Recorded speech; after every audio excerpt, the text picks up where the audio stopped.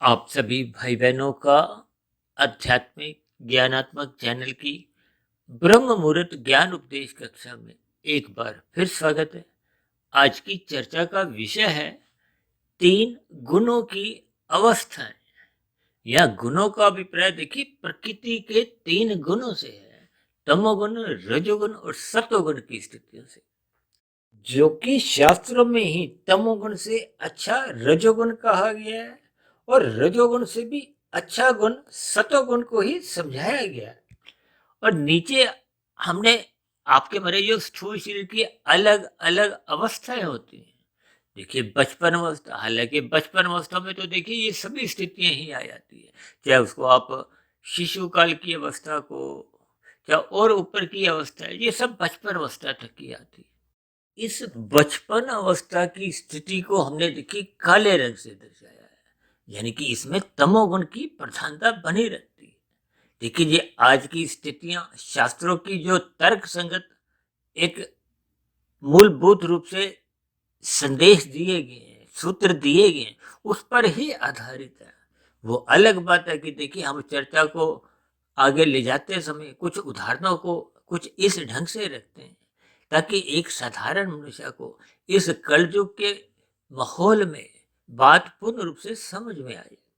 अन्यथा ज्ञान की चर्चा देखिए दिन प्रतिदिन हम करते रहते हैं, लेकिन जब तक आपके हमारे जीवन के व्यवहार में सकारात्मक स्थितियां यानी कि सात्विक स्थितियां बनती नहीं है, तो फिर मनुष्य जीवन यूं ही व्यर्थ चले जाता है। हालांकि शास्त्र भी यहाँ तक कहते हैं कि एक साधारण मनुष्य देखिए रजोगुनी स्वभाव का अधिक देखा गया है, यानी कि संसार के एक साधारण मनुष्य में विषय भोगों के प्रति एक रुचि सहज ही बनी रहती है। उसके पीछे का भी कारण समझाया है कि आपका हमारा स्थूल शरीर तामसी है। इस स्थूल शरीर के जन्म की प्रक्रिया भी देखिए सूक्ष्म भूत जो कि पांच भोग्य विषय है, उनका ही एक परिणाम है। और ये तो एक प्रकृति की व्यवस्था है, लेकिन इन सभी स्थितियों को जब तक मनुष्य ज्ञान पूर्वक समझता नहीं, क्योंकि मनुष्य योनि में ही हम अपने ज्ञान को बढ़ा सकते हैं। यहाँ ज्ञान को बढ़ाने का अभिप्राय अपनी अज्ञानता समाप्त कर सकते हैं, क्योंकि शास्त्र तो बार बार कहते हैं हम सभी आत्मा तो ज्ञान स्वरूप है। अभी कुछ दिन पहले ही हमने एक सच्चिदानंद शब्द पर वीडियो प्रसारित किया था। सत्य चित आनंद, ये माया जड़ है। जिन तीन गुणों की हम बात कर रहे हैं वो तो अपने आप में ही देखिए जड़ है। जड़ में अपनी स्वयं की कोई इच्छा शक्ति नहीं होती, जैसे साधारण बोलचाल में लोग कहते हैं कि माया ने हमें पकड़ा हुआ है। अब माया तो देखिए जड़ स्थिति है। अब घर में देखिए आपके मेरे सोफा है, वो सोफा आपको हमें जबरदस्ती अपनी ओर बिठाता नहीं है। हम सोफे का इस्तेमाल करते हैं, बैठते हैं, आराम करते हैं। यानी कि इन जड़ पदार्थों का हम स्वयं अपनी इच्छा अनुसार उपयोग करते हैं, भोग करते हैं या दुरुपयोग करते हैं। देखिए ये शब्द अपने आप में ही अलग अलग ज्ञान संदेश देते हैं। आजकल जो का वातावरण है, आपको हमें जो परमात्मा ने कर्मफल सिद्धांत के अंतर्गत एक कर्म करने की स्वतंत्रता दी है और साधना करने का एक अनमोल अवसर दिया है, ताकि हम साधना करें। और साधना किसकी करनी है? परमात्मा की। और परमात्मा तो विशुद्ध सतोगुणी सत्ता है। उस सतोगुणी सत्ता से जुड़ने के लिए आपको मैं सर्वप्रथम सतोगुणी बनना होता है, क्योंकि वो तो विशुद्ध सतोगुणी सत्ता है। अक्सर हम अपनी चर्चाओं में बार बार इस बात को जोर देकर कहते हैं कि तमोगुण से अच्छा गुण तो रजोगुण है, अब रजोगुण से अच्छा गुण सतोगुण है। हालांकि साधारण परिस्थितियों में देखिए युवावस्था को अधिक महत्व दिया जाता है, क्योंकि जोश भी होता है और विशेष रूप से एक बल होता है। अक्सर देखिए युवावस्था में जोश तो देखा गया है, रोष भी देखा गया है। अक्सर आप देखोगे ना कुछ ऐसी स्थितियां आंदोलन की कुछ ऐसी होती हैं, जो तोड़ फोड़ की स्थितियां होती हैं, ये सभी निंदनीय स्थिति है। यानी कि जब जब रजोगुण प्रधान होता है, वो सत्वगुण की लगाम छुड़वा लेता है, धर्म की मर्यादाएं तोड़ देता है। देखिए शास्त्र तो बार बार कहते हैं धर्म को प्रथम स्थान पे रखो, और हम तो अपनी चर्चाओं में बार बार कहते रहते हैं धर्म को प्रथम स्थान पे रखना आपके हमारे जीवन की एक आवश्यकता है, अन्यथा आपका हमारा जीवन यूं ही बर्बाद होता जाता है। इस बात को हम जितने सही सही अर्थों में समझ जाएंगे, उतना उतना आपका हमारा जीवन सुधरता जाएगा, सतोगुण की प्रधानता सहज ही होने लगेगी। हालांकि आज हमने देखी युवावस्था के साथ तो राशि स्थिति जोड़ी है, इसको रंगीन स्थितियों से जोड़ा है। रजोगुण का अभिप्राय संसारी स्थितियों से है। युवावस्था में विशेष प्रकार का एक रजोगुण प्रदान होता है। अब क्योंकि रजोगुण को देखिए संसार से जोड़ा जाता है, शास्त्र तो यहाँ तक कहते हैं ये स्त्री पुरुष का जो एक आपसी आकर्षण है, इसको भी रजोगुण से ही जोड़ा गया। इसलिए तो 16 संस्कारों में देखिए प्रथम संस्कार क्या है, गर्भाधान संस्कार, और अंतिम संस्कार 16वां संस्कार क्या है, अंत्येष्टि संस्कार। यानी कि गर्भाधान की स्थिति हो या अंत्येष्टि संस्कार हो, उस जीवात्मा को कोई फर्क नहीं पड़ता। देखिए वो गर्भाधान संस्कार जीव की यानी कि जीवात्मा के आने से पूर्व की स्थितियों का माता पिता द्वारा किया गया वो एक स्तुति है परमात्मा के प्रति, शास्त्रों के प्रति, देवी देवताओं के प्रति। और ये जो अंतिम संस्कार की स्थितियां होती हैं, ये एक जीवित मनुष्यों के लिए, हमारे आपके लिए। देखिए जब भी हम अंत्येष्टि संस्कार जो करते हैं, भले ही इनको कुछ देखिए कर्म कांडों से भी जोड़ा जाता है, आज मेरा वो कोई विषय नहीं है, क्योंकि एक साधारण मनुष्य ज्ञान के अभाव में फिर वो कर्म कांडों को एक अज्ञानता पूर्वक करता है, जिसके फलस्वरूप उसको ज्ञान की सही सही स्थितियां समझ नहीं आती। और मेरी चर्चाओं में तो देखिए शब्द अर्थ और भावार्थ का एक विशेष ज्ञान दिया जाता है। देखिए शब्दों का ज्ञान है तो आपको पुस्तकों में भी मिल जाएगा, आप कहीं भी आप किसी के प्रवचन सुनते हो, चाहे मेरी भी वीडियो आप सुनते हो, तो ये शब्दों का ज्ञान तो देखिए बहुत ही आरंभिक स्थिति है। हालांकि शब्दों का ज्ञान भी देखिए एकाग्र भाव से सुनने पे ही समझ में आती है, अन्यथा ज्ञान की स्थितियां तो देखिए ऊपर ऊपर से ही निकल जाती है। अब ऐसे कितने ही विद्यार्थी हैं जो अध्यापक की बातों को सुनते नहीं, क्लास में तो बैठे हैं, कक्षा में बैठे हैं, लेकिन अध्यापक क्या पढ़ा रहा है, अब बोल तो वो भी शब्द रहा है, शब्दों को ही वो ब्लैक बोर्ड पे लिखता भी है, लेकिन जिनका मन में रुचि नहीं है पढ़ाई के प्रति, तो फिर उनको वो शब्दों का ज्ञान भी समझ नहीं आता। यानी कि जो ज्ञान का आरंभिक पौधा है वो लग नहीं पाता। और फिर शब्दों से आगे की स्थिति है अर्थों की। अर्थ तो देखिए सभी शब्दों के जो जो बताए गए वही रहते हैं, लेकिन हम विशेष जोर देते हैं भावार्थ पे। शास्त्र भी विशेष एक बल देते हैं भावार्थ पे। अब यूं तो देखिए वेद है, उपनिषद है, पुराण है, गीता है, कितने ही दर्शन शास्त्र हैं।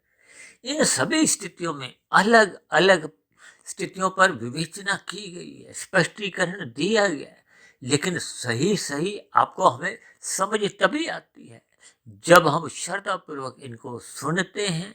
सुनते किसने, जिन्होंने इनको पढ़ा होता है, यानी कि जो गुरु जो मायातीत की स्थिति में पहुंच चुके होते हैं।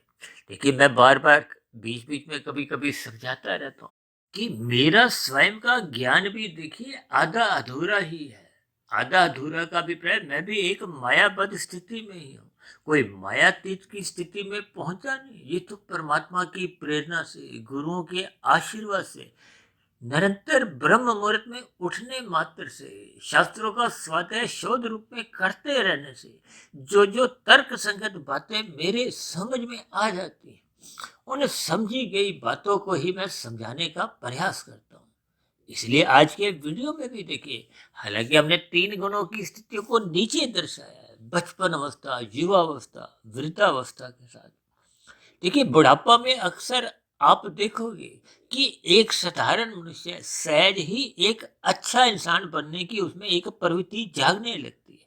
हालांकि इसका ये भी अभिप्राय नहीं है कि युवावस्था में मनुष्य बुरा ही बना रहता है, जब बचपन अवस्था में कुछ ऐसी ही स्थितियां होती है।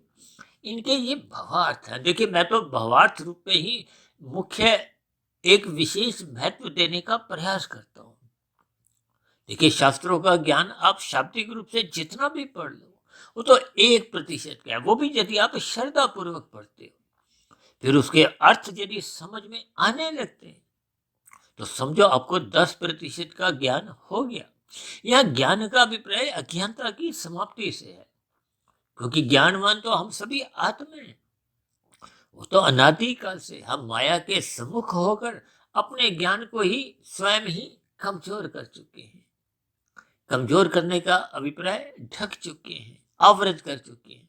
देखिए ये शब्दों का ही खेल है। बात मूलभूत रूप से आपको में समझ में आनी चाहिए, क्योंकि वृद्धावस्था को ही हमने देखिए सफेद रंग से दर्शाया, यानी कि यहाँ 3 गुणों की जो अलग अलग अवस्था में जो एक मुख्य गुण की जो मैचिंग है, वो तो देखिए बुढ़ापे से है। सात्विक स्थिति का अभिप्राय क्या है? देखिए शास्त्र तो यहाँ तक कहते हैं तमोगुण की निंदा करो। अब यहाँ निंदा का अभिप्राय यहाँ ये भी नहीं है कि बचपन अवस्था की कोई निंदा करनी है।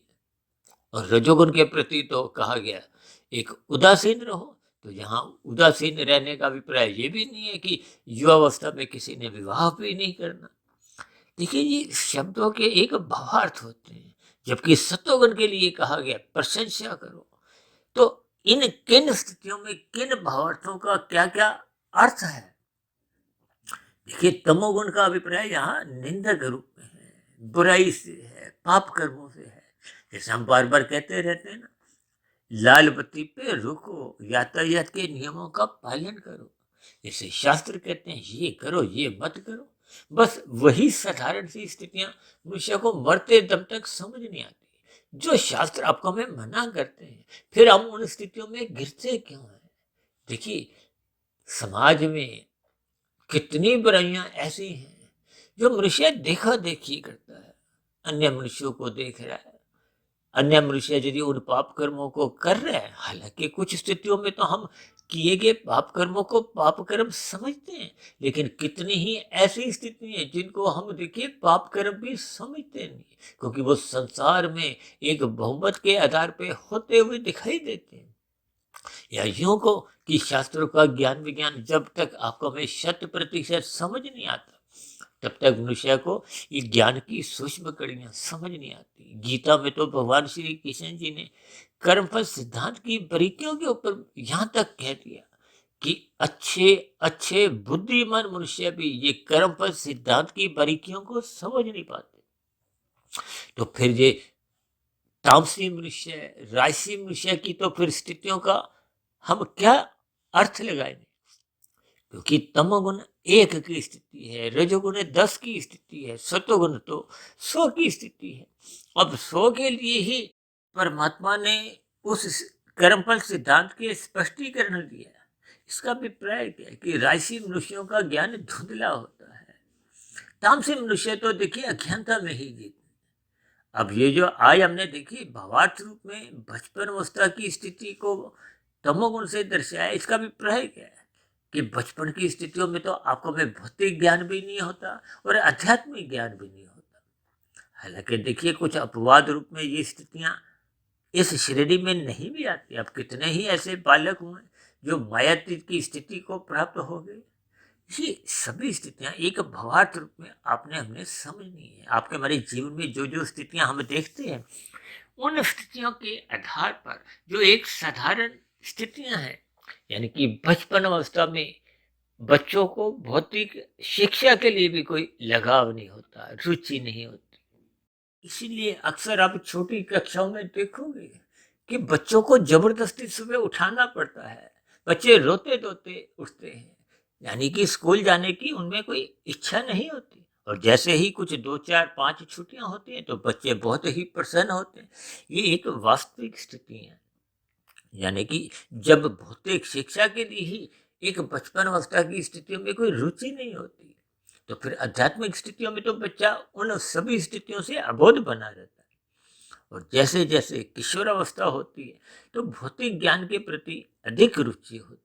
यानी संक्षेप में आप यूं समझ सकते हो कि बचपन अवस्था तक की स्थितियां को हो, किशोर अवस्था तक ये एक तामसी गिनी जाती है। अज्ञानता की स्थितियां अधिक प्रभावी होती हैं। लेकिन जैसे जैसे किशोर अवस्था फिर युवा अवस्था की स्थितियां बनने लगती हैं, तो मनुष्य को भौतिक ज्ञान के प्रति तो रुचि जागृत होने लगती है, उसको धन का महत्व समझ में आने लगता है, क्योंकि रजोगुण विषय भोगों के प्रति उत्सुकता दिखाता है, विषय भोगों के प्रति रुचि जगाने लगता है। इसलिए तो शास्त्रों ने यहाँ तक स्वीकार किया है कि स्त्री पुरुष का जो एक आपसी आकर्षण है वो रजोगुण के कारण है। इसलिए तो देखिए, ये जो अभी हम बात कर रहे थे 16 संस्कारों की, 2 संस्कार का तो आपके हमारे जीवन में कोई प्रत्यक्ष रूप से कोई प्लस माइनस नहीं होता, लेकिन युवावस्था में ये जो विवाह का संस्कार है, जिसको धर्मानुसार स्थिति से एक समाज में माना जाता है, कानून में भी देखिए एक न्यायालय द्वारा भी उन स्थितियों का आदर किया जाता है, तो फिर वो सभी स्थितियां इसीलिए रखी गई हैं ताकि युवावस्था में किसी भी प्रकार का कोई भटकाव की स्थितियां नहीं हो। क्योंकि युवावस्था में देखिए जोश भी होता है, रोष भी होता है। इसका अभिप्राय क्या है? जोश का अभिप्राय रजोगुण की स्थिति है, रोष का अभिप्राय तामसी स्थितियों से है, और होश का अभिप्राय तो देखिए सतोगुण की स्थिति से, ज्ञान से लिया जाता है। देखिए भौतिक शिक्षा को ज्ञान से हम साधारण शब्दों में जोड़ तो देते हैं, लेकिन यहाँ जब हम ज्ञान की बातें करते हैं तो यहाँ ज्ञान का अभिप्राय आध्यात्मिक स्थितियों से है, आत्मा परमात्मा की स्थितियों से है, प्रकृति के 3 गुणों की स्थितियों से है, आपके मेरे 3 शरीरों से संबंधित जो ज्ञान है, यानी कुल मिला के प्रकृति के 3 नित्य तत्वों का ज्ञान विज्ञान समझना आवश्यक है। क्योंकि आत्मा तो देखिए चेतन तत्व है, ज्ञान स्वरूप है, परमात्मा आनंद स्वरूप सत्य है, और माया ये जड़ है। जड़ में भी देखिए 3 गुणों की अलग अलग स्थितियां हैं, तमोगुण, रजोगुण और सतोगुण। अब तमोगुण को अज्ञानता से, जैसा कि आज हमने 55 अवस्था की स्थिति में दर्शाया है, युवावस्था में रजोगुण की स्थिति है। अक्सर आप देखोगे ना, युवाओं में ही अधिक धन कमाने की भागदौड़ बनी रहती है। 2 के 4 बनाओ, 4 के फिर 40 बनाओ, 40 के 4,000, 4 लाख। देखिए कुछ हद तक स्थितियां तो राजसी होती हैं, और ये राजसी स्थितियां देर सवेर मनुष्य को तमोगुण में गिराती है। जब मनुष्य देखिए लाखों से करोड़ों की भागदौड़ में कब अनीतिगत कार्य करने लगता है, कानून का भी उल्लंघन कर जाता है। देखिए कानून का पालन करना आपके हमारे जीवन में एक सात्विक स्थिति है। यदि हम कानून का पालन नहीं करते, या कभी कभी हम नहीं पालन करते और यहाँ पकड़े नहीं भी जाते, तो फिर परमात्मा की न्याय व्यवस्था में उस बने हुए कानून के अंतर्गत भी आपको हमें सजा भोगनी पड़ती है। देखिए ये बहुत ही सूक्ष्म स्थितियां हैं, जिसको शब्दों की स्थितियों में अक्सर हम समझाने में कभी कभी असमर्थ भी होते हैं, लेकिन इन सभी स्थितियों की आपको हमें भावार्थ समझने होंगे। यानी कि युवावस्था में जो स्त्री पुरुष का आपसी आकर्षण है, इस स्थिति को भी आपको हमें ज्ञान पूर्वक समझना चाहिए। क्योंकि प्रकृति के प्रभाव में ये जो माता पिता के एक संयोग द्वारा जो आगे संतान की जो एक उत्पत्ति होती है, इन सभी स्थितियों को जब मनुष्य ज्ञान पूर्वक समझता है तो फिर मनुष्य का रजोगुण बिगड़ता नहीं है। आज मनुष्य देखिए अपना रजोगुण बिगाड़ता जा रहा है। 24/7 की स्थितियां जो घर घर में प्रवेश कर चुकी हैं, जब जब रजोगुण बिगड़ता है तो सत्वगुण अपने आप ही कमजोर होने लगता है। आज सात्विक स्थितियों की देखिए खुलेआम एक निरादर किया जाता है। तो ये सभी स्थितियां जब ज्ञान का निरादर होगा, उसका एक प्रशंसा नहीं होगी। जबकि शास्त्र तो देखिए भर भर कहते हैं सत्वगुण की प्रशंसा करो। आज मनुष्य देखिए रजोगुण की प्रशंसा करता थकता नहीं, क्योंकि वो रजोगुण में ही जीना चाहता है, और रजोगुण में जीते जीते जब उसका सत्व बहुत अधिक कमजोर हो जाता है, या यूं को कि सत्वगुण की लगाम कमजोर पड़ जाती है। जैसे आपकी हमारी गाड़ी में ब्रेक कमजोर हो, तो जहां कहीं आपने ब्रेक लगानी होगी वहां तो ब्रेक लगेगी नहीं। तो फिर ऐसी स्थिति में क्या होता है कि आपकी गाड़ी दूसरे गाड़ी के साथ टकरा जाती है। तो फिर ऐसी स्थिति में गाड़ी का भी नुकसान होता है और आपको भी नुकसान होता है, और फिर उस नुकसान की आपको हमें भरपाई करनी पड़ती है। देखिए ये भी एक भावार्थ रूप है, आपको हमें बात समझनी चाहिए। यानी कि जब जब सत्वगुण कमजोर होगा, और सत्वगुण कमजोर तभी होता है जब हम अपना रजोगुण बढ़ा लेते हैं। बढ़े हुए रजोगुण के कारण ही फिर सत्वगुण में जाने की इच्छा ही नहीं होती। जब परमात्मा की स्थितियां बढ़ने लगती हैं, आज राजसी मनुष्यों का देखिए सत्संग होता हुआ मात्र दिखाई देता है, मन के स्तर पर तो विषय भोगों की स्थितियां मजबूत होने के कारण वो शब्दिक ज्ञान भी मन के अंदर पहुंच नहीं पाता। अक्सर मैं देखिए तामसिक स्थितियों में इन शब्दों के ज्ञान को अनसुना के नाम से भी जोड़ता हूँ, क्योंकि तामसिक विषय तो देखिए सात्विक स्थिति, ज्ञान की स्थिति, आध्यात्मिक ज्ञान की, सत्संग की स्थितियों को एक भी कान से अंदर जाने ही नहीं देता। जबकि राजसी विषय उसको सुनता है लेकिन दूसरे कान से ही निकाल देता है। जबकि सात्विक विषय सुनता है, कुछ उस पर चिंतन करता है।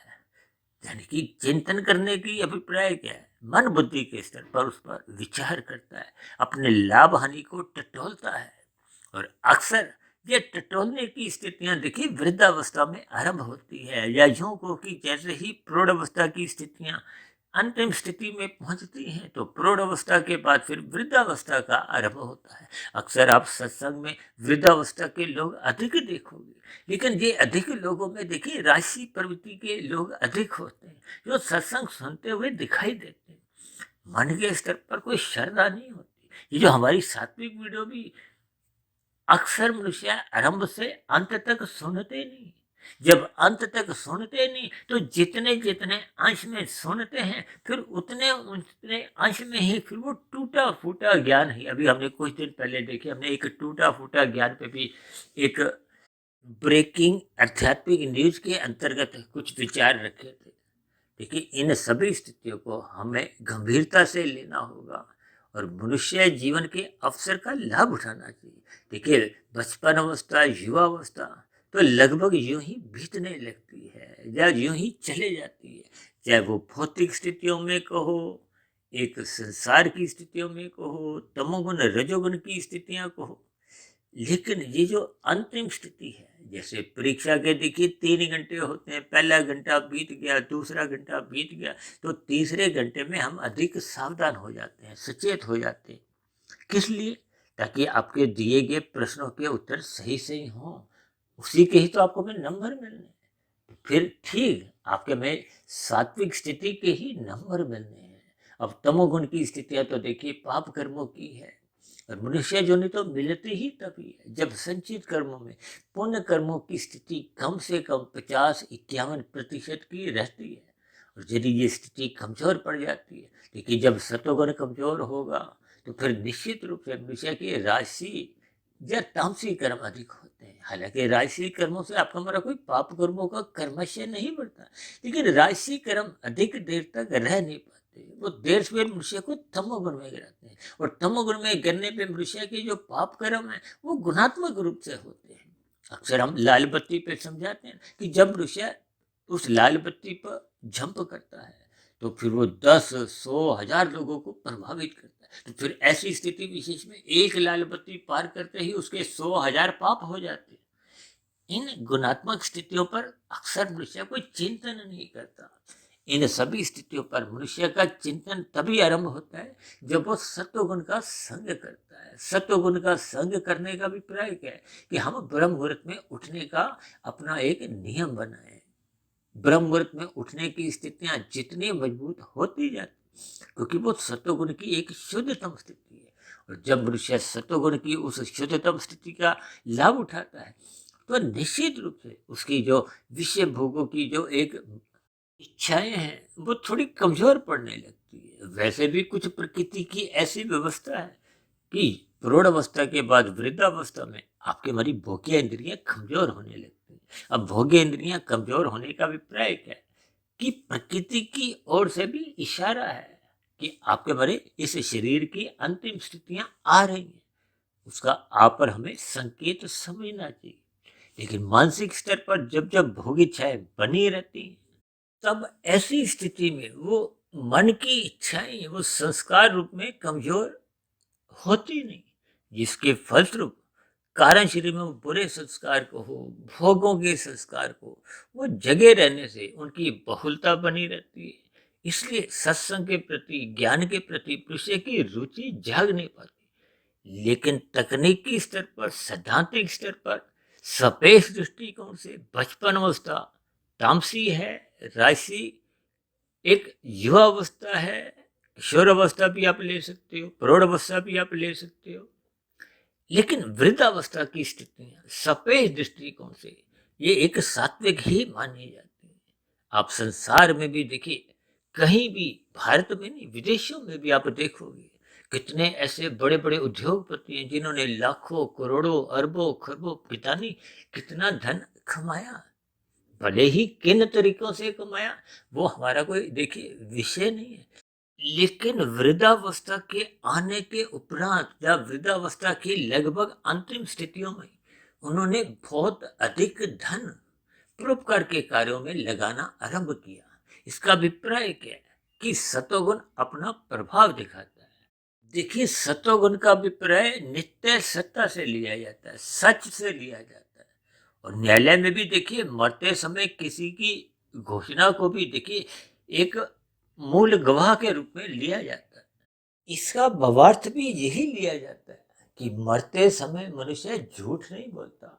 देखिए, झूठ का अभिप्राय संसार से आप ले सकते हो, लेकिन सच का अभिप्राय शास्त्रों से लिया जाता है, ब्रह्म मुहूर्त से लिया जाता है, गुरु से लिया जाता है। ये सभी स्थितियां परमात्मा के सम्मुख करती हैं, और परमात्मा के सम्मुख होने से ही आपके हमें आनंद की झलकें मिलती हैं, क्योंकि परमात्मा तो आनंद स्वरूप सत्ता है। जिस सत्ता के हम सम्मुख होते हैं, फिर वैसी वैसी स्थितियां आपके भरी बनने लगती हैं, क्योंकि परमात्मा तो देखिए सच्चिदानंद है, आनंद स्वरूप है। आनंद की सम्मुखता होते ही आनंद की स्थितियां हमारी बनती हैं, और हमारा आपका ज्ञान आवृत नहीं होता। जबकि संसार के सम्मुख तामसिक स्थितियों में जब हम जाते हैं, तो आपका हमारी परमात्मा से विमुखता होती है, आनंद की स्थितियां समाप्त, ज्ञान आवृत हो जाता है, क्योंकि तमोगुण को निषेध स्थिति है। और इसी तरह राजसी स्थितियों में धुंधली स्थितियां हैं। धुंध में आपको में अधिक दूरी का नजर नहीं आता, यानी कि जिन विषय भोगों को आज हम भोग कर रहे हैं, उनके क्या परिणाम आएंगे इसका भी आपको में बोध नहीं होता, क्योंकि धुंध है, धुंधला ज्ञान है, अंधविश्वास अधिक है, दूरी का नजर नहीं आता। इसीलिए तमोगुण रजोगुण को बंधनदायक कहा गया, जबकि सतोगुण को ज्ञान से जोड़ा गया। ये एक मुक्तिदायक गुण है। ये सभी दृष्टिकोण से देखिए, अन्य गुणों की तुलना में सतोगुण को प्रकाश से जोड़ा गया है। जैसे भौतिक स्तर पर प्रकाश होने से ही आपको में नजर आता है, ठीक इसी तरह शास्त्रों का ज्ञान विज्ञान होने से मन के स्तर पर आपके मेरे विचार सुधरते हैं। सुधरे हुए विचार आपको में सात्विक कार्यों में ले आते हैं। इस ज्ञान विज्ञान को हम जितने स्तर पर समझ जाएंगे, फिर आपका मेरा मिला हुआ जीवन उतने उतने स्तर पर सात्विक बनता जाएगा। और सात्विक स्थिति जितनी मजबूत होगी, उतने उतने अनुपात में साधना की स्थितियां, योग की स्थितियां बनने की संभावनाएं बनती हैं। ये कर्म योग, ज्ञान योग, भक्ति योग, ये आध्यात्मिक कमाई की स्थितियां हैं। और मनुष्य जोनि पाकर हम जितनी आध्यात्मिक उन्नति कर लेते हैं, वो तो मरने के बाद भी सुरक्षित बनी रहती है। जबकि भौतिक उन्नति तो देखिए जीते जी भी काम नहीं आती, और वो भी भौतिक उन्नति जो आपने अपने धर्मानुसार, कानून के अंतर्गत, शास्त्रों के अनुसार अर्जित की है। तो फिर ऐसी स्थिति विशेष में जो हम एक निषेध कर्म करते हैं, कानूनों का भी उल्लंघन करते हैं, शास्त्रों को भी विरुद्ध जाते हैं, तो फिर ऐसी स्थिति विशेष में वो जो कमाया गया धन, वो आपके हमारे इस जीवन में भी काम नहीं आता, और मरने के बाद उस अनीतिगत कार्यों का आपको में दंड मिलता है, नीचे की जोनियों में जाना पड़ता है। इन सभी स्थितियों पर आपको में चिंतन करना होगा, क्योंकि वृद्धावस्था में ही ये सात्विक स्थितियां कुछ सहज ही प्रकृति की ओर से ही बनने लगती हैं। तो इन बनी हुई स्थितियों का आपको में लाभ उठाना चाहिए, यानी कि आपको हमें अपने मिले हुए जीवन को सार्थक करने के लिए सत्वगुण का अधिक से अधिक संग करते हुए ब्रह्म मुहूर्त में उठने का अपना संस्कार स्वभाव बनाना होगा, ताकि दिन में रजोगुण की स्थितियां मर्यादित रहें, और मनुष्य किसी भी सूरत में तमोगुण की बुराई से जुड़े नहीं, गिरे नहीं। तो ऐसी सभी शुभ स्थितियां हम सभी भाई बहनों के जीवन में भी बनना आरंभ हो, ताकि हम सभी भाई बहनों का मिला हुआ जीवन सफल हो, सार्थक हो।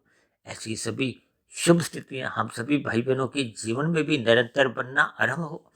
इन्हीं शुभ कामनाओं के साथ चर्चा विशेष को अब यही विश्राम देते हैं। शाम को फिर मिलते हैं संध्या बिरला ज्ञान कक्षा में। तब तक आप अपने आध्यात्मिक मित्र सुधीर भाटिया फकीर को इजाजत दें।